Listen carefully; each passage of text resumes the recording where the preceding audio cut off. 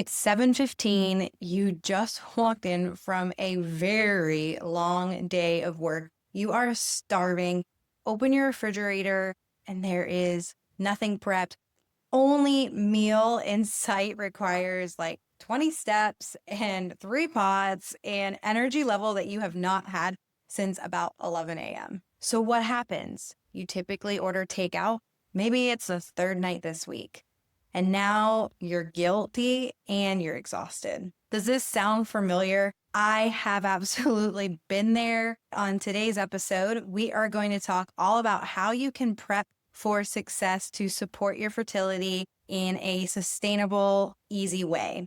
God designed your body for fertility, but when the journey to parenthood feels like a heartbreaking mystery, it's so easy to feel lost. I'm Dr. Trisha, a nurse practitioner and fertility consultant who's been where you are. That's why I created Fertility by Design, where faith meets science to empower you with real solutions, holistic healing, and biblical encouragement. You are not alone. Your fertility is not broken. So let's walk this journey together.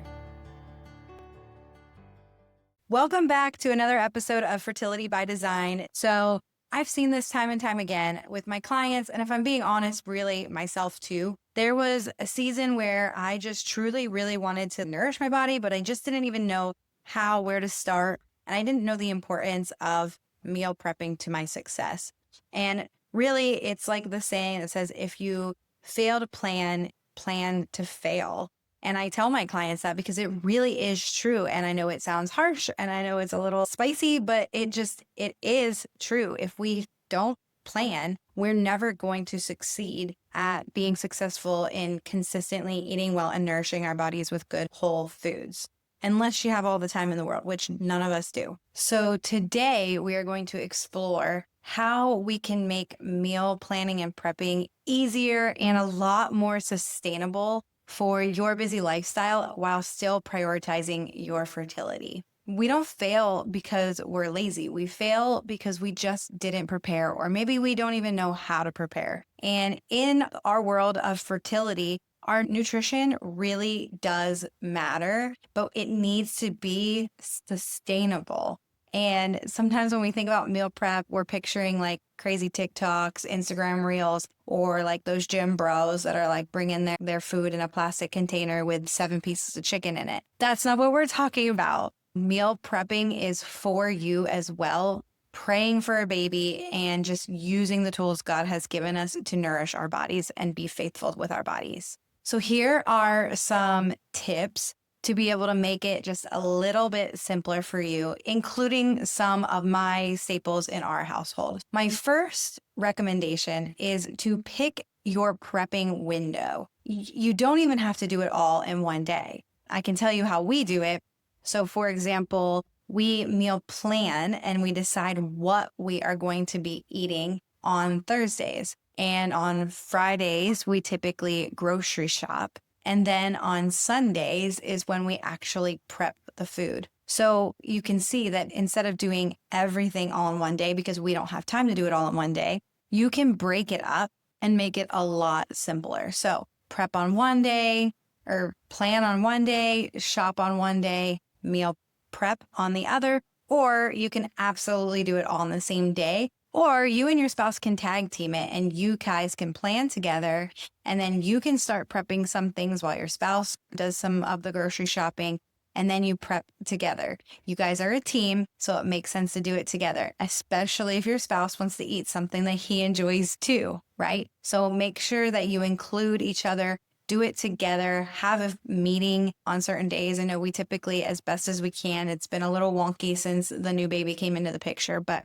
we were typically having a meeting where we decided what we were going to eat on Thursdays, and then we were ready to grocery shop Friday and ready to meal prep on Sunday. And it doesn't mean that you make every single thing ahead of time either. Sometimes you make the bulk of your protein ahead of time and you make your carbohydrates ahead of time. And maybe you're making your veggies and your fats that you're utilizing in the moment. So it doesn't mean you have to have every single thing made. It doesn't mean you even have to have them separated out into separate containers or anything. We don't do that. We both work from home. So for lunches, we just kind of have it made and grab it and go. But you also can get nice glass separated containers, and I can put a link in the show notes to the ones that we use, but they're really handy to have to be able to take it on the go. And you can even prepackage it when you're doing your meal prep.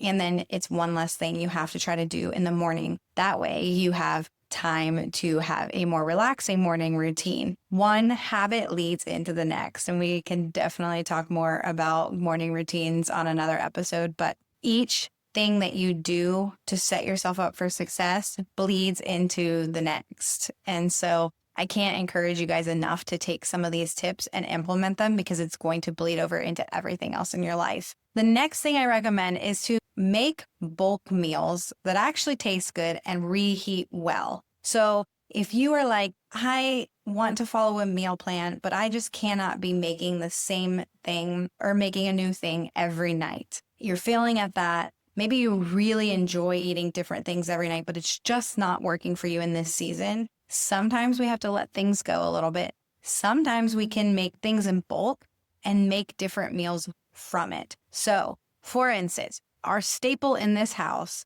is chicken tikka masala. I posted it on my Instagram the other night. 15% of you thought it was curry, but we love curry. Now, we lived in Japan for 3 years. So, this is actually an Indian curry, but oddly enough, when we lived in Japan, we ate so much Indian curry because it was very popular there. So good.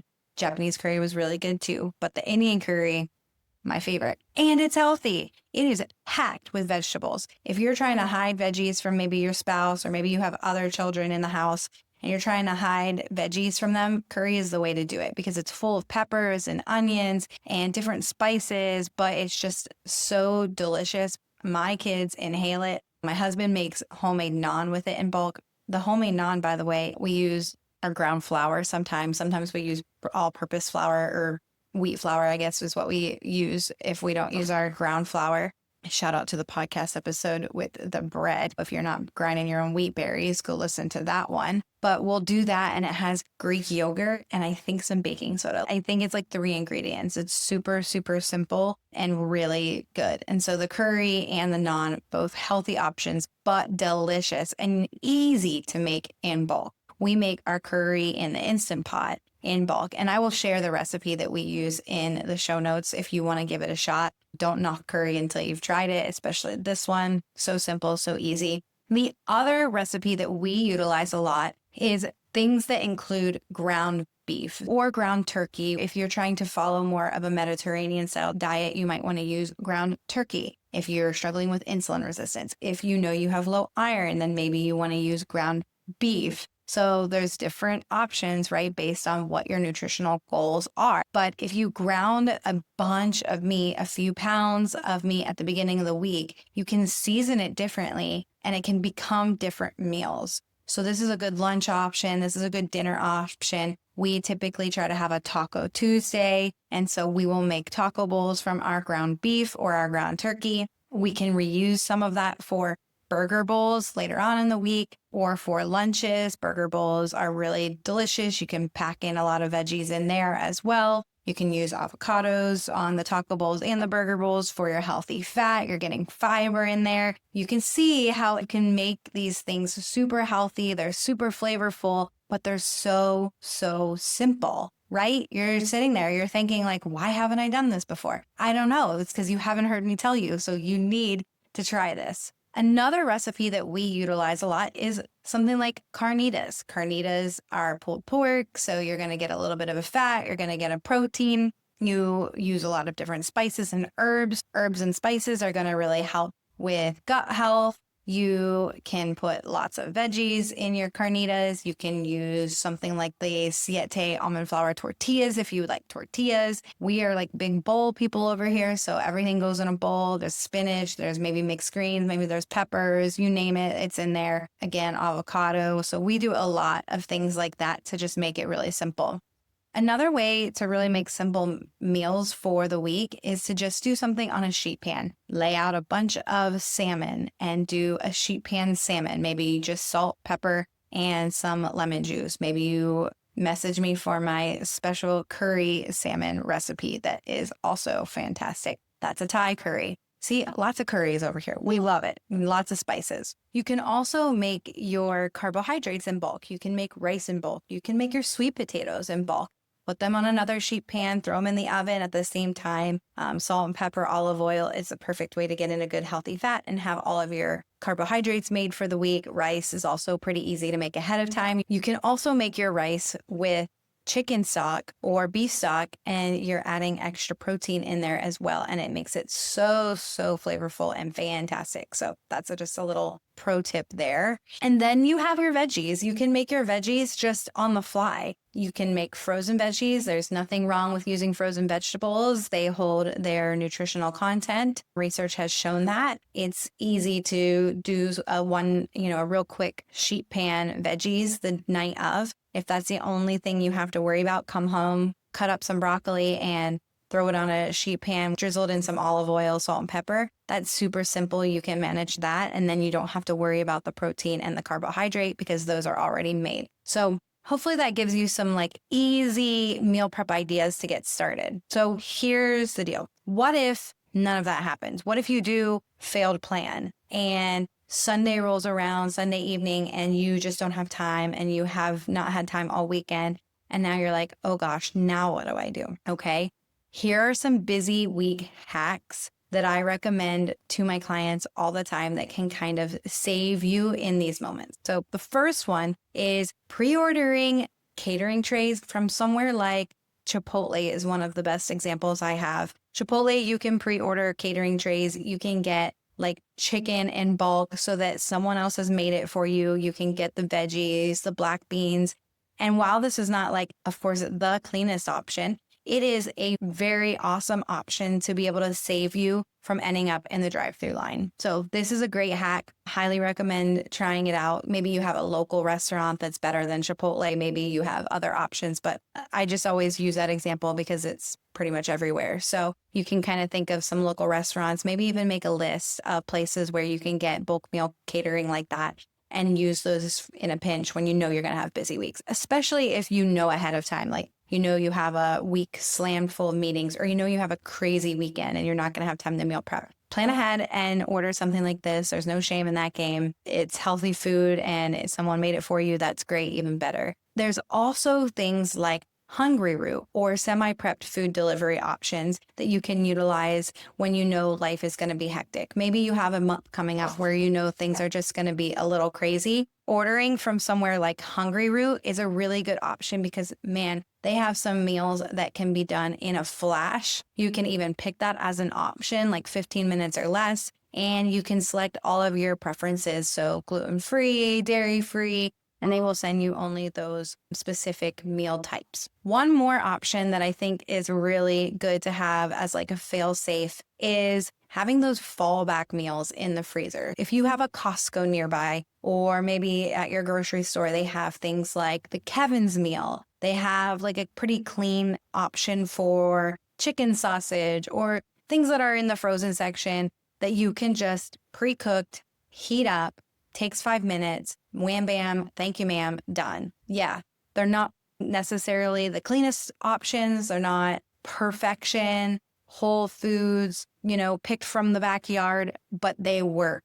And it's all about balance. And at the end of the day, doing something like those is way better than going out to eat where you're getting more fried food or something along those lines, or just grabbing something in the drive-through line. So these are really great options to have on hand to be able to utilize in these moments where we just cannot. Your future self will certainly thank you for having these on hand. My present self has thanked my past self many times having those on hand. And the last thing I really want to say is that this is all about balance, not perfection. It's not about never eating out. It's about being intentional about those times that you're eating out. You would rather save your eating out meals for being with friends or celebrations or date nights, not for drive-through regret, last-second decisions that you really didn't want to make, but you felt forced into. So knowing that we want to make those decisions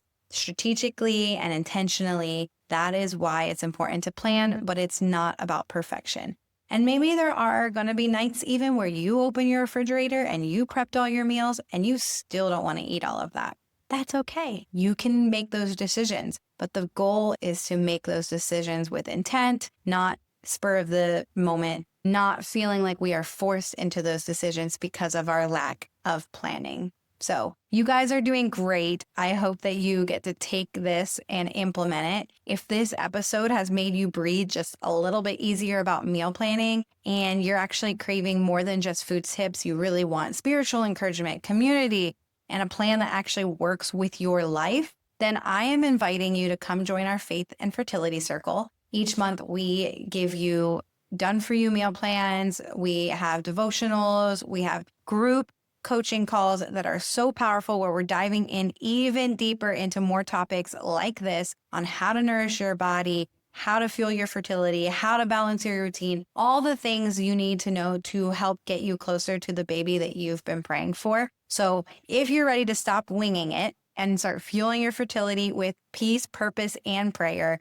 come join us inside the Faith and Fertility Circle. Thank you guys so much for joining me today. I hope this episode was a blessing to you. If it was, share it with a friend, and I can't wait to chat with you all next week. That's it for today's episode of Fertility by Design. Subscribe so you never miss an episode, leave a review to help more couples find hope, and share this with a friend who needs encouragement on their fertility journey. Need even more support? Let's connect. Find me on Instagram at Trisha Zehrung for faith-filled fertility guidance, real solutions, and a community that just understands. Remember, your fertility is not broken. Your body is beautifully and wonderfully designed, and God's plan is always perfect. I'll see you next time.